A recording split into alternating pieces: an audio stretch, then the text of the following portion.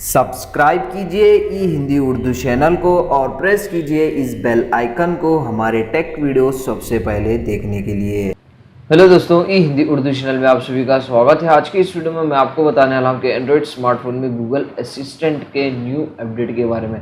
हाँ दोस्तों, Google assistant का न्यू अपडेट आ गया है, तो आप इस अपडेट में 6 न्यू वॉइसेस को जो है यूज़ कर सकते हैं। तो इसको कैसे करते हैं, तो सबसे पहले आपको क्या करना है, जस्ट सिंबल से गूगल को ओपन करना है। इस तरीके से ओपन करने के बाद जस्ट 3 डॉट्स पे 3 लाइन्स पे क्लिक करना है, सेटिंग्स में जाना है।